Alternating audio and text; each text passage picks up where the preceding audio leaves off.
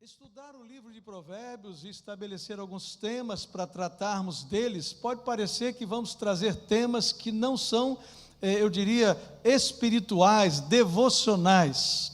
Só que a minha vida toda interessa para Deus. Você crê nisso? Que a nossa vida inteira interessa para Deus? Me lembro quando eu ainda estava começando no pastorado e o Evangelho não tinha esta amplitude que tem hoje, este jeito que tem hoje, e já faz algum tempo, né, mais de quase 39 anos atrás. E aí uma jovem estava preocupada porque os tempos dela estavam passando, os dias, os meses, e ela não encontrava alguém para se casar. E ela disse: eu acho que eu fico para sempre, vou ficar solteira. Eu disse: você já disse isso para Deus? E ela disse: mas pastor, incomodar Deus com esse assunto? E aí nós tivemos que parar, sentar um pouco e dizer: a sua vida toda, em todas as áreas, interessa para Deus. Amém, meus queridos? A vida em família, o nosso dia a dia, nossos planejamentos financeiros, profissionais, tudo que vivemos e somos é algo que precisa voltar para Deus. Hoje de manhã nós falamos sobre a sabedoria. E nós vimos que a sabedoria é o tema do livro do Provérbios e é também um tema, eu diria, relacionado ao autor do livro de Provérbios, na sua grande maioria, Salomão. Ele teve a oportunidade de pedir riquezas, de pedir poder, de pedir a extensão do reino. Ele pede a Deus sabedoria. E a gente leu em Provérbios que a sabedoria, ela nos abençoa de tal maneira que ela faz com que, a partir da sabedoria, nós alcancemos vida longa, a ordem é essa que está no texto: vida longa, honra e riquezas. Algumas vezes as pessoas começam preocupadas primeiro com as riquezas e se der então honra e, se for o caso, sabedoria. Mas a Bíblia diz que a sabedoria nos dá vida longa e nos dá honra e nos faz prosperar em todos os nossos caminhos. E a gente quer então prosseguir com esta mesma ideia, só que agora pensando nos alvos de Deus para nós. E aí este livro de Provérbios, que eu chamo de manual para a vida, e eu tenho desafiado a que você o leia com esta visão, o leia com este entendimento. Não é um livro para você ler que tem um capítulo com um tema único, mas você tem as frases que terminam uma ideia na sua grande maioria. Esse livro que está cheio de conceitos, de orientações para a vida, onde nele encontramos ensinos sobre liderança, finanças, relacionamentos e tantas outras coisas que, de alguma forma, nesse tempo, Deus te abençoe e te ajude a olhar para frente. Primeiro, sabedoria, mas o livro nos ensina a abordarmos e a enxergarmos outros aspectos. Então, nesta noite, eu quero focar como eu posso alcançar os meus alvos, ou a importância disso na minha vida. Você já fez o seu planejamento de viagem? Está certo que todos os planos precisam da bênção de Deus, como a gente falou hoje. A gente acabou de ler: consagre ao Senhor toda a sua vida e os seus planos serão bem-sucedidos. E aí, você faz o seu planejamento. Eu pergunto: como é que você faz para viajar? Você pega o seu carro, você dirige com ele até o aeroporto sem saber exatamente onde vai deixá-lo, e você então procura um guichê que esteja vendendo uma primeira passagem ali, o primeiro voo, e você vai lá e compra a sua passagem, embarca e vai para algum lugar que você depois, dentro do avião, pergunta: eu acho que é neste lugar que eu quero chegar. Ninguém faz isso. Para você fazer uma viagem e ser bem sucedido, e você chegar do jeito que você deve chegar, aproveitar bem os dias, você precisa de um bom planejamento. Então é algo importante. Mas se para uma viagem eu preciso tomar cuidado, ser meticuloso, eu preciso olhar os horários, eu preciso saber exatamente quanto isso me custa, para onde estou indo. Você imagina que a sua vida é uma viagem em que você nasce, cresce, você se torna adulto e você daqui a pouco precisa despedir-se da vida e estar com o Senhor. Nessa jornada da sua vida, nessa viagem, nessa caminhada de vida, você precisa planejar-se. E eu vou dizer a você, de verdade, e eu creio que o sucesso E a palavra sucesso ela é muito relativa, porque a gente pensa em sucesso apenas com ganhos financeiros, com posição social ou de destaque, mas o sentir-se bem-sucedido tem relação com todas as áreas da nossa vida. A vida espiritual, sim, e a igreja precisa se preocupar com isso, mas também a vida emocional, sim. Um crente também adoece-se emocionalmente. A vida financeira, sim, e nós temos muitas vezes pessoas que são fiéis a Deus, tementes ao Senhor, mas não lidam bem com suas finanças, ou não se realizaram bem na sua vida financeira, a sua vida física, ou seja, todas as áreas da minha vida interessam para Deus, são importantes para Deus, porque eu sou um ser único, e Ele me fez um ser extraordinário, especial, com a sua digital. E a ideia então que ao lermos o livro de Provérbios, ainda que nele não encontremos a palavra alvo estabelecido ali em algum lugar, mas você tem a palavra planos, como a gente acabou de ler, nós temos ensinamentos que nos ajudam a encaminharmos para isso. A pergunta que a gente faz é: por que precisamos definir os nossos alvos? Eu diria que esta é uma pergunta importante. Ou, por que se eu não estou consciente da importância deles na vida, como e por que eu vou investir então tempo nesses assuntos? E aí, de um modo geral, a gente fica achando que esse é um assunto para o empresário, para o líder, é um assunto para as questões de negócios, mas eu quero dizer que é um assunto para a sua vida, para a minha vida, para a nossa vida. A Bíblia diz em Provérbios 3, versos 21, 22 e 23 o seguinte: meu filho, guarde consigo a sensatez e o equilíbrio. A Bíblia está falando de duas coisas lindas: sensatez, o equilíbrio. Nunca os perca de vista. Trarão vida a você e serão um enfeite para o seu pescoço. Então você seguirá o seu caminho em segurança e não tropeçará. Eu fico lendo esse texto, pensando nele, meditei nele ao longo da semana. Para mim fica claro que Deus quer que eu faça planos e que eu siga esse plano e que esse plano tenha, sobretudo, a bênção dele. Se eu sou um ser espiritual, eu vou me preocupar com todos os aspectos da minha vida. Há uma frase que eu gosto de dizê-la porque eu acredito nela. E esta frase diz o seguinte: quanto mais espiritual eu me torno, mais humano eu me torno. Quanto mais eu me aproximo do plano, do alvo de Deus, da pessoa que Deus planejou que eu fosse, mais humano eu me torno. E a minha reflexão tem como base a criação de Adão, a criação de Eva. Quem eram Eva? Quem era Adão? Esses dois criados à imagem e semelhança de Deus, e a partir deles todos nós. E Adão é o original desse processo, porque quando cria Adão, está criando aí nele toda a humanidade. E aí a gente vê um ser humano pleno, com inteligência, com saúde emocional, saúde física, e o cria com saúde espiritual, se relacionava diariamente com o Pai.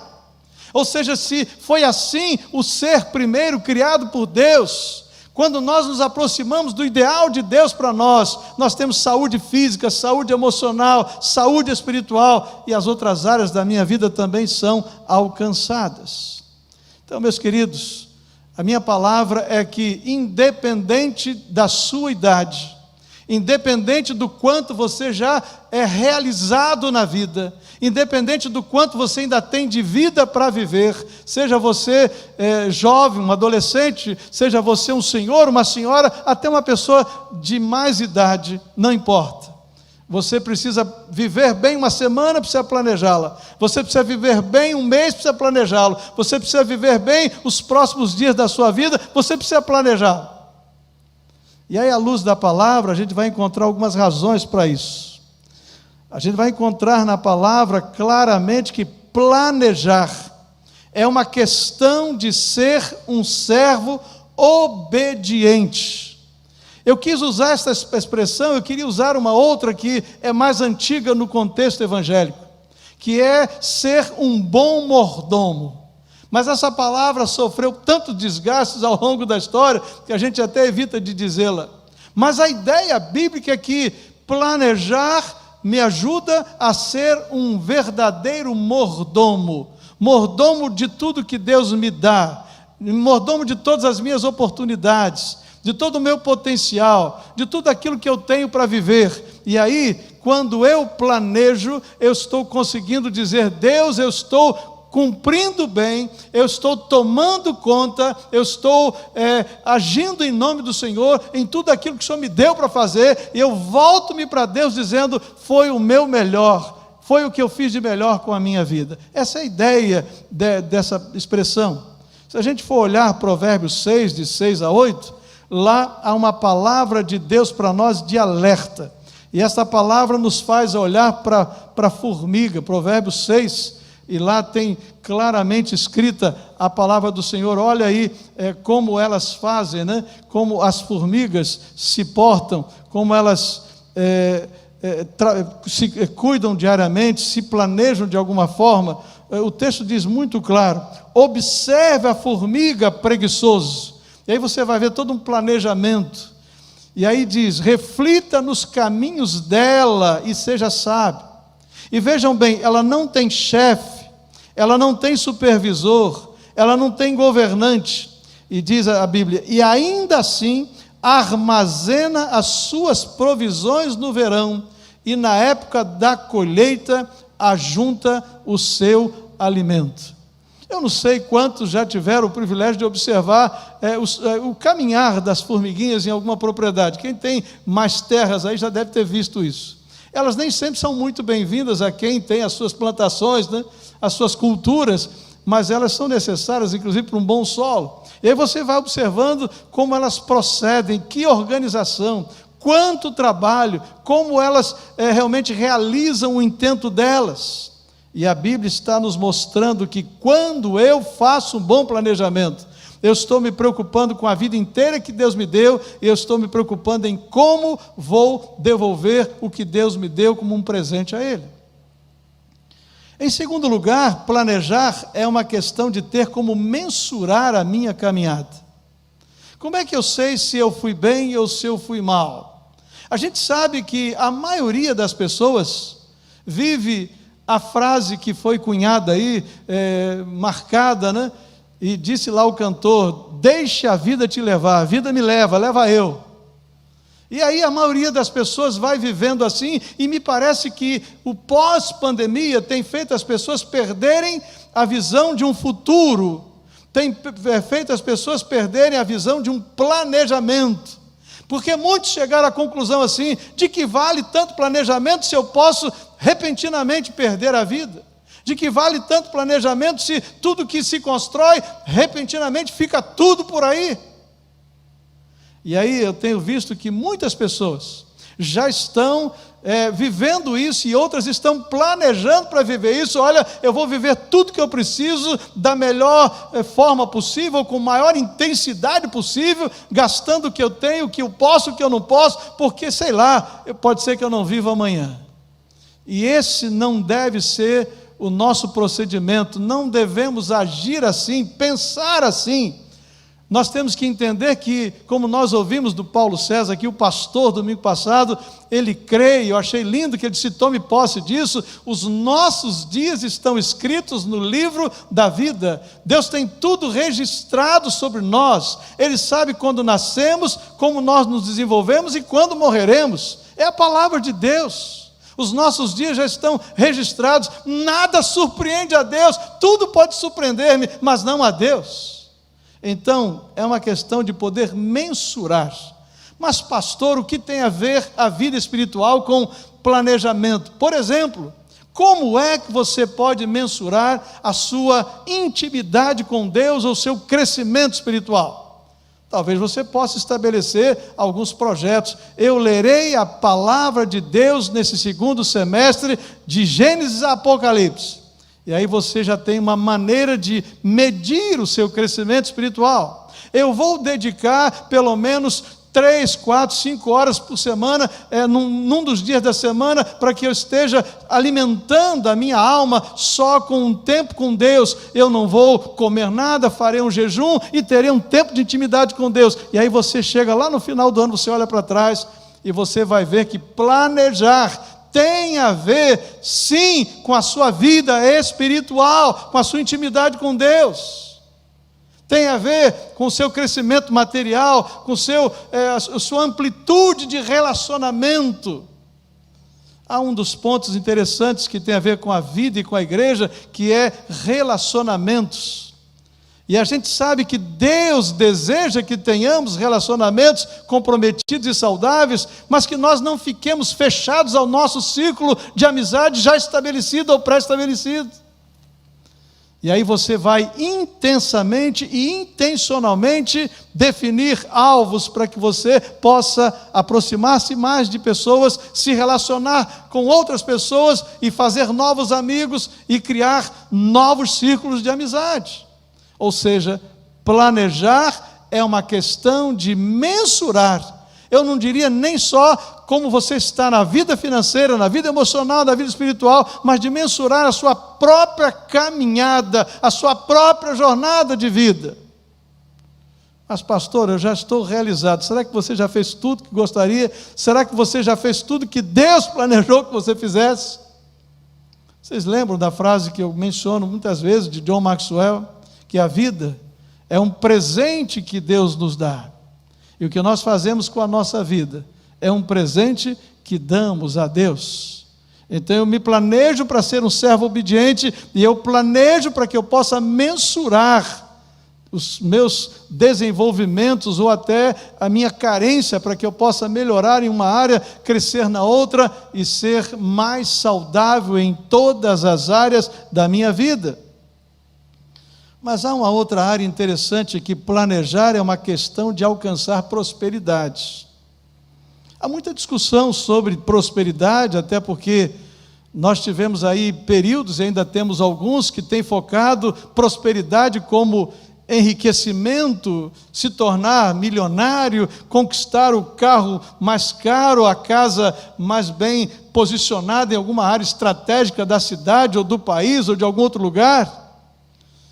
Mas prosperidade para mim é você alcançar a bênção de Deus na sua vida em vários aspectos dela. E aí em Provérbios, capítulo 21, verso 5, a gente vai ler o seguinte: os planos, olham bem, os planos bem elaborados levam à fartura, mas o apressado acaba na miséria. Esse texto é forte demais, né? Os planos bem elaborados levam à fartura, mas o apressado acaba na miséria. Então, se você tem um planejamento de curto prazo, de médio prazo, de longo prazo, e agora a gente já está ouvindo dizer aí, né, pelos mais jovens, de que os planejamentos anuais estão reduzidos a 3 meses. Olha que mundo é esse que a gente está vivendo, pastor Gilson, dificuldade, né? Planejamento anual agora é de 3 meses. E aí a cada 3 meses você faz um planejamento, porque as mudanças são tantas, há uma velocidade tão grande das informações, há uma velocidade tão grande nos avanços tecnológicos, que você já não tem nem como planejar para tanto tempo. Mas o certo é que a gente tenha uma ideia do que seja curto prazo, médio prazo e longo prazo. Se você pensar num ano, 3 meses, curto prazo. 6, 7 meses, médio prazo. 1 ano, longo prazo. Se você pensar em tempos maiores, você pode dizer assim: 1 ano, 2, curto prazo. 2, 3 anos, médio prazo. 4, 5 anos, longo prazo. Mas dependendo do que você deseja realizar, plantar e semear na vida, talvez você precisa planejar para 10 anos, 15 anos como curto prazo, 20, 30 anos para médio prazo, e aí, daí um pouco mais como longo prazo, porque você está pensando não só em você está pensando nos seus filhos, você já está pensando nos seus netos, você está pensando na sociedade, você está pensando no legado que você vai deixar. Ou seja, o planejamento pode nos levar a termos uma vida mais sossegada na velhice, porém mais realizada em todo o tempo, porque a gente vai medindo e a gente vai devolvendo a Deus o que Deus nos tem dado como presente, e a gente então pode alcançar o que, entre aspas, eu chamo de prosperidade, porque os planos bem elaborados levam à fartura, mas o apressado sempre acaba na miséria. E aí a pergunta que a gente vai fazer, e aí entra num aspecto mais geral do tema, não só necessariamente bíblico, mas geral da vida cristã: que tipo de alvo eu devo estabelecer? E aí eu tenho aprendido que eu preciso estabelecer alvos que honrem a Deus, primeiramente, acima de tudo, alvos que honrem a Deus. Deus permitirá que você faça planos que satisfaçam ao seu desejo de conhecimento? Sim. Ao seu desejo de melhorar a sua qualidade de patrimônio e de vida? Sim. Mas os alvos, em primeiro lugar, e em lugar mais abrangente sobretudo, precisam ser alvos que honrem a Deus. Mas pastor, como está escrito isso na Bíblia? O texto que nós lemos está claro para a gente. Provérbios 16:3. Consagre ao Senhor tudo que você faz. A coisa mais importante é: meu Deus, a minha vida é do Senhor. Os meus sonhos estão diante do Senhor. O Senhor pode riscar, acrescentar, mudar, tirar todos eles, me dar novos sonhos. Eu consagro a minha vida ao Senhor. E olha o que Deus promete, porque aí é uma promessa de Deus: e os seus planos serão bem-sucedidos.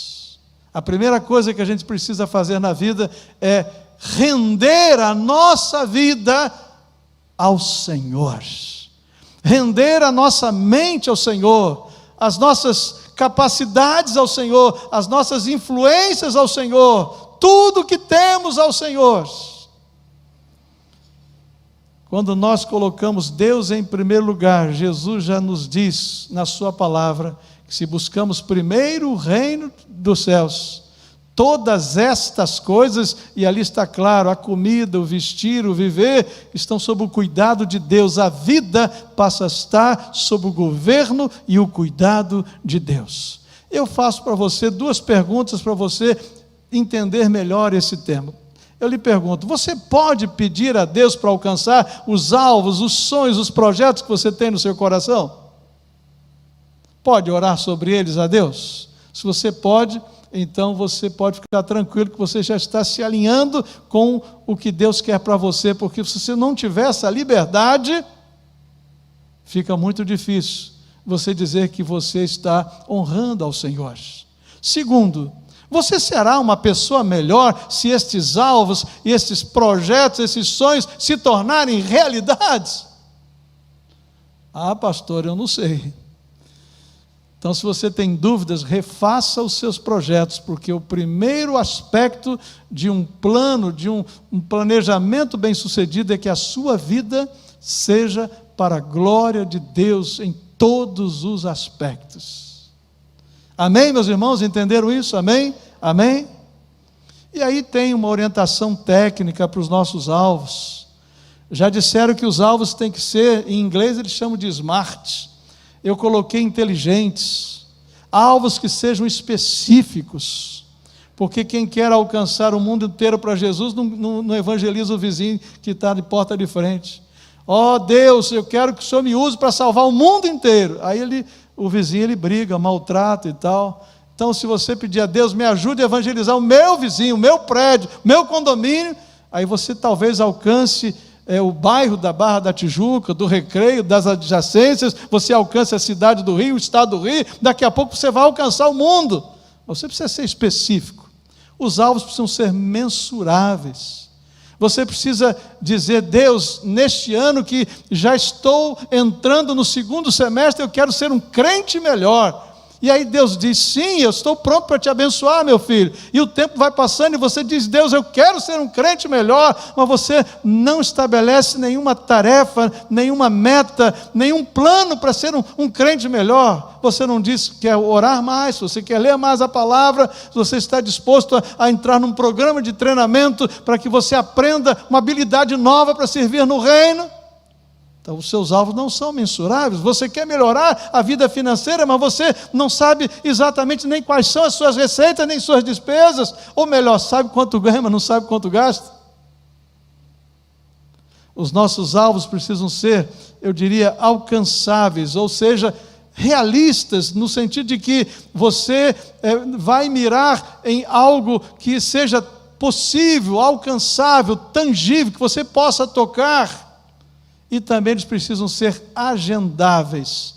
Deve ser possível escrevê-los e colocar de maneira que você os leia e você os entenda.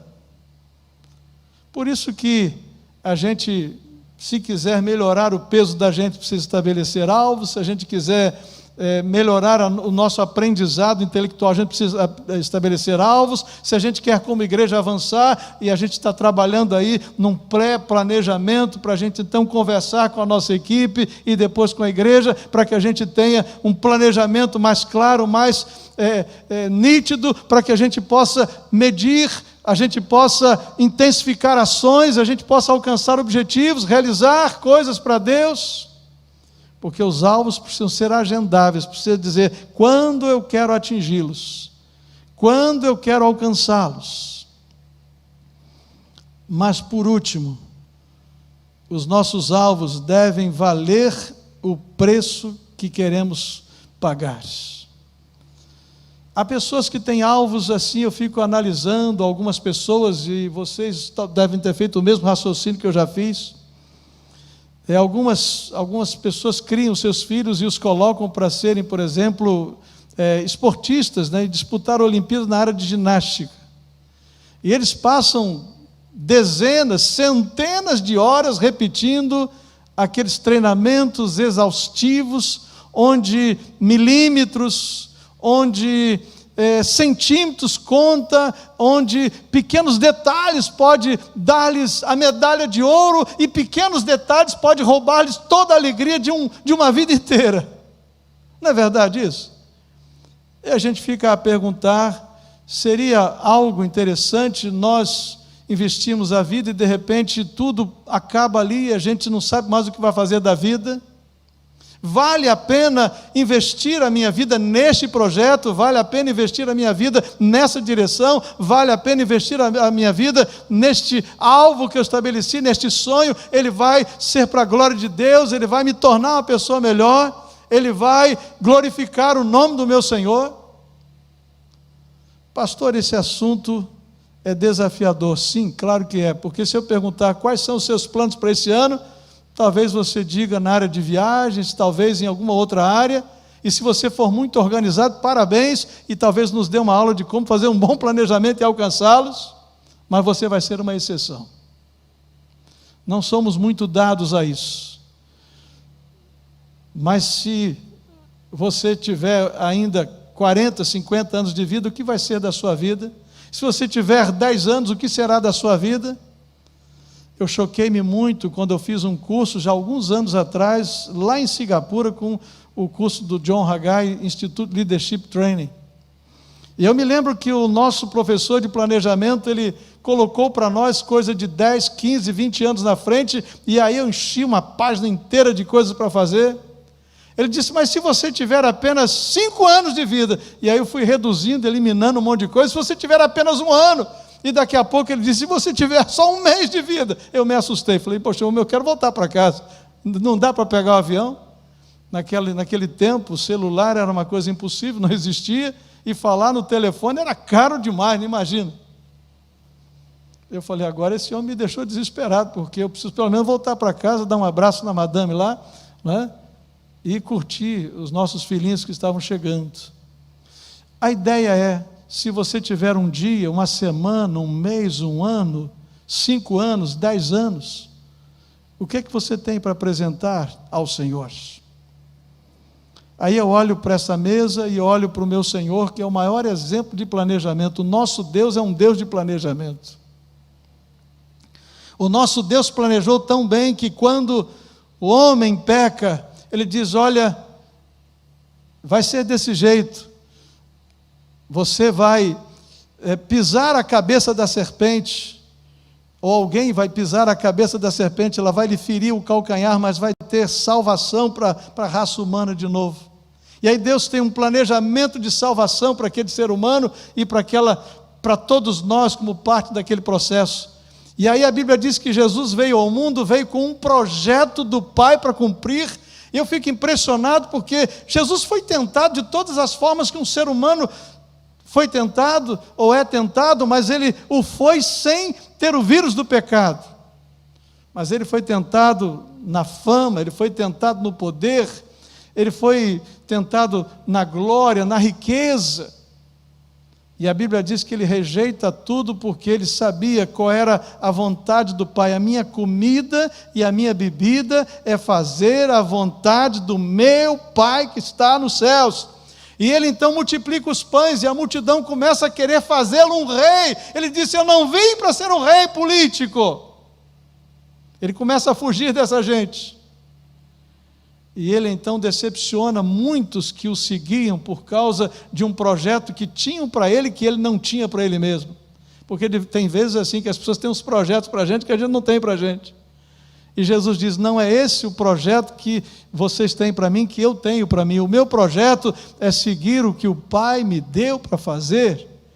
E o caminho dele foi se estreitando até que chegou à cruz. E quando ele chega à cruz, ele derrama o seu sangue, coloca ali a sua vida, e naquele momento final, ele tem algumas frases que são ditas na cruz, e uma delas é: Pai, Pai, está consumado. Eu gosto dessa frase porque me reporta a Isaías 53, quando diz que e ele viu o seu trabalho e ficou satisfeito. Ou seja, tudo que o Pai planejou para Jesus, ele cumpre. A tarefa que lhe foi dada foi exemplarmente cumprida. Havia um projeto: eu vim para buscar e salvar os que se haviam perdido, e eu cumpri a vontade do Pai. Pai, está consumado. O que o Senhor me deu. Eu não sou especialista em línguas do Novo, do Velho Testamento, hebraico, grego, mas a expressão dita na língua original por Jesus é a expressão que está registrado como tetelestai, ou seja, está pago, está pago. Não há mais dívida do ser humano pecador com o Senhor, porque se eles receberem a mim na sua vida, eles estão com seus pecados perdoados, a morte espiritual deles cancelada, e eles passam a ter vida eterna. Eu cumpri o projeto que o Senhor me deu. Eu estou dizendo para o Senhor que eu fiz tudo que o Senhor me pediu para fazer. Este é o nosso exemplo. E aí eu me volto a um texto que é de um escritor que é pregador, pastor, e nesses tempos áureos de sua vida escreveu um livro interessante. Não vou mencionar aqui o seu nome, não precisa. E ele disse o seguinte: estamos vivendo um tempo em que faltam pessoas que não podem ser compradas. Estamos vivendo um tempo em que faltam pessoas cujas palavras significam honra empenhada, que colocam os seus valores acima das riquezas e do prazer, que possuam opinião e vontade própria, que são maiores do que as suas profissões, que não têm medo de se arriscar, que não perdem a individualidade no meio do processo, do grupo, que sejam honestas nas pequenas e nas grandes coisas, que não abra mão de pequenas exceções com erro, ou melhor, não abram pequenas exceções com erro. Pessoas cujas ambições não se limitam aos seus desejos egoístas. Pessoas que não repetem simplesmente e regularmente: eu faço porque todo mundo faz assim. Pessoas que sejam verdadeiras e leais aos seus amigos em quaisquer circunstâncias. Pessoas que não acreditam na mentira e no engano e na teimosia como ingredientes para vencer na vida. Pessoas que não temem se posicionar pela verdade, mesmo quando diante de uma situação adversa. Pessoas que saibam dizer não com ênfase, mesmo quando todos ou todo mundo em sua volta diz sim. Diz esse autor, é o tipo de pessoa que estamos sentindo falta, e este livro já tem mais de 15 anos que foi escrito por esse autor. Eu diria que ainda estamos vivendo esse tempo onde estão faltando pessoas e que a gente seja incluído em pelo menos algumas dessas qualidades, como aqueles que sabem que a vida que tem é um presente de Deus e que tudo que podem fazer com a vida é devolver um presente a Deus. Por isso eu termino com esse verso que você já ouviu várias vezes aqui: consagre ao Senhor tudo o que você faz, e os seus planos serão bem-sucedidos. Eu não sei que sonhos você engavetou, guardou, que projetos você ainda deseja realizá-los. Eu não sei o que você sonha para a sua vida financeira, sua vida profissional, sua vida familiar, para a sua vida espiritual, sobretudo.